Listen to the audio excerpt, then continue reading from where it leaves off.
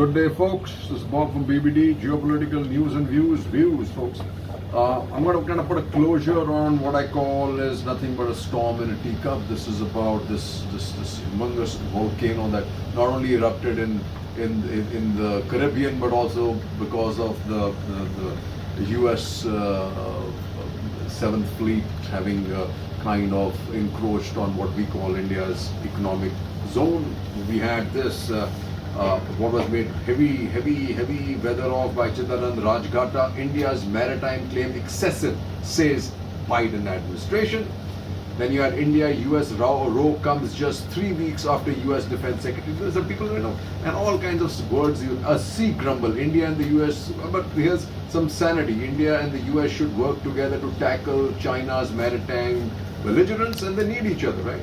And then you have stirring the waters. US 7th Fleet naval exercise in Indian EEZ is unbecoming of an ally. And this, I don't like the word unbecoming. There's nothing unbecoming about it. You've got to do some more research. I'm going to tell that to Indian Express. Delhi must make sure that this does not set a precedent. Well, it already is a precedent. The only thing you should tell the Indian Express folks, you guys, is this. It is a precedent. It's always come into India's economic zone. It just hasn't said anything about it. It said it this time. You got to figure out why, okay? And Uday Bhaskar gets it right. In the high seas, when the US and India differ on principle, and it's a matter of principle. It's nobody's dhoti that we are stepping on the way we are behaving, right? And who are we to behave like that, right? We seem to step on everybody else's dhoti all the time. And what he says, a review of navigational rights announcements by USN since last November indicates that this conducted such patrols citing excessive maritime claims, and that's what got India's spleen split, right? We will said this on which countries? Excessive maritime claims by many nations including Russia, Japan, China, Vietnam, Philippines, South Korea, Sri Lanka, India and the Maldives. We are not exclusive, right? We are not exclusive, folks, so don't get all hot under the collar like we seem to get all our Lutyens, Delhi folks, right? Which then forces this particular government to react, right? It may be prudent for the Quad nations that have emphatically upheld the FON principle and adherence to international law in the Indo-Pacific to decide on whose version of the law is to be upheld. Approps adherence to law, for instance, there are different standards all around. For instance, the US and UK are yet to accept the UN tribunal ruling in relation to Diego Garcia. While maritime law cannot be divorced from geopolitics and state power, it cannot be also devoid of acknowledging the sanctity of principle. And this is true fact, right? And this is the other thing one needs to understand and knows what Arun Prakash writes, Chief of Indian Navy. Deter adversaries, don't alienate friends. US warships foray in India's EEZ is uncalled for. True. No, it's not uncalled for. It does it all the time. So I would like to correct him. Washington must realize it's pointless to try and frighten friends given its failure to check Beijing, and this is what I agree with. And what he says is so right. So far, none of the US initiative, including Obama's abortive US pivot rebalance to Asia, Trump's Indo-Pacific strategy, and Asia's Reassurance Initiative Act seem to have had the slightest impact on China's aggressive intent and the unfolding strategy. Only thing that has stalled it a little bit is what happened in Ladakh, and if the United States doesn't realize it, it's their loss. However, I don't think we should make too much out of the statement of the 7th Fleet because it's the FN has made it before, right? It's obviously for Russia, Sri Lanka, Japan, and a lot of others, right? In this fraught environment, the ever-expanding worldwide FONOP campaigns needs a careful reappraisal by US policymakers for effectiveness, lest it alienates friends instead of deterring adversaries. And when they are thin-skinned friends like India, they gotta be careful, right? And what are the US right? India, China may slip into conflict that neither wants, says US report. That's important because what you're hearing now is this. China changes tack, plays hardball on Gogra hot springs de-escalation. PLA digs in its heels, talks failed to make breakthrough. No post-talks joint statement, even unlike on previous occasions. China told no, but we've told them China told no to pullback before complete disengagement. Now, what we should not have moved out of the Kailash Hills. We lost our negotiating ace up our sleeve. Thanks, in my view, to the Ministry of External Affairs, which again got led up a garden path by probably Sergei Lavrov and Russia. Okay, then what do we have? China opens 5G signal base at Tibet radar station. We've got to be careful now. But Taiwan reports largest incursion yet by Russia. And here I'd like to tell you two things happening on two opposite sides of the continent. On this side, Russia is amassing 50,000 troops plus on the border of Ukraine.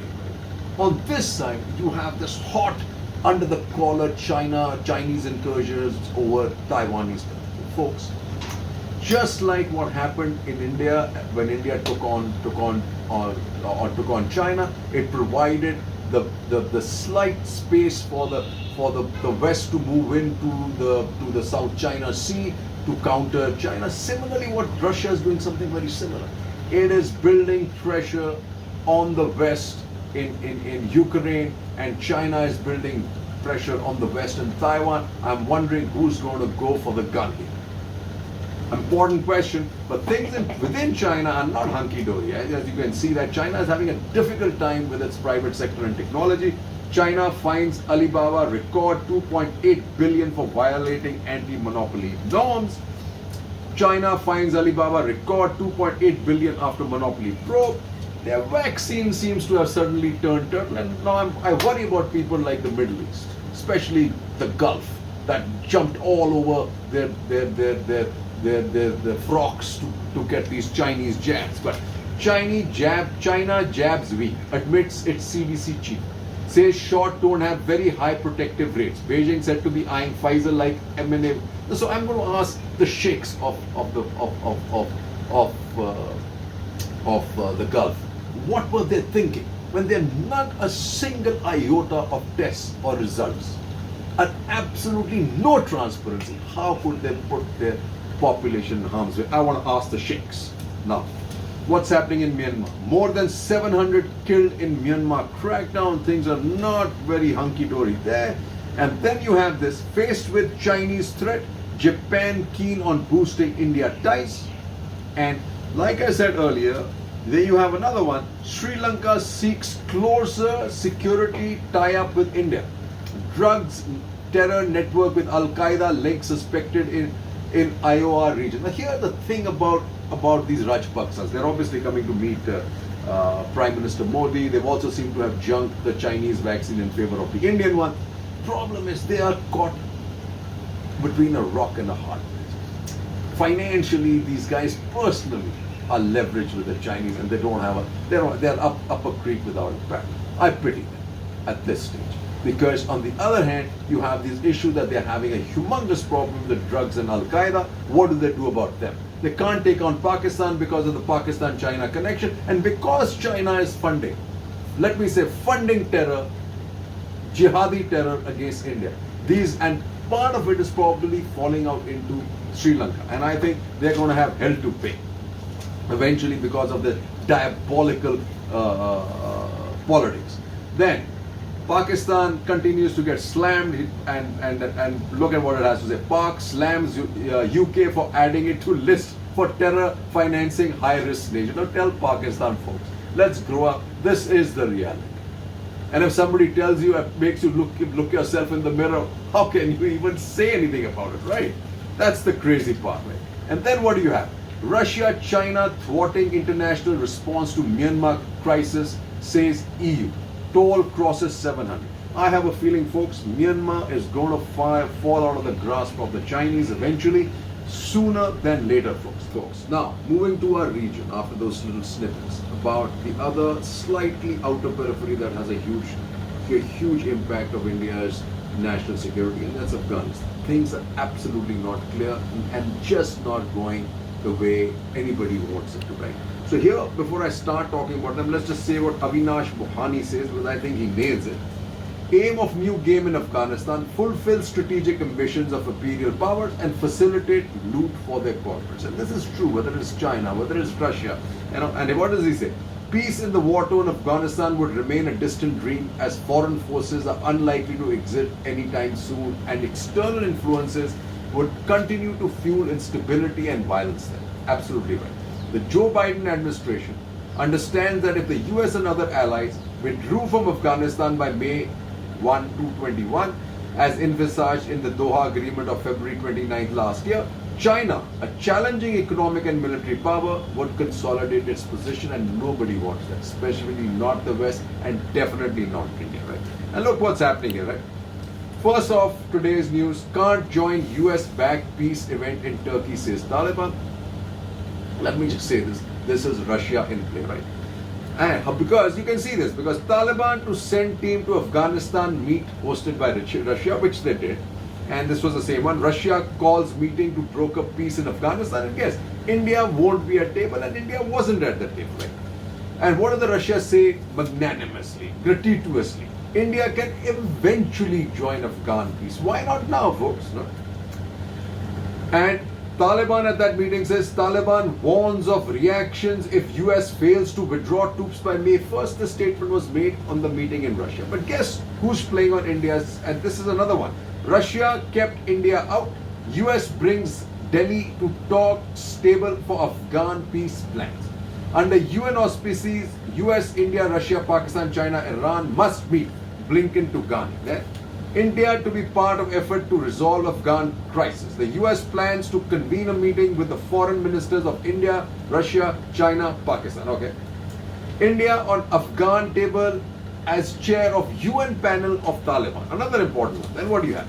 India supports UN initiative for ceasefire in Afghanistan, says Jaishankar.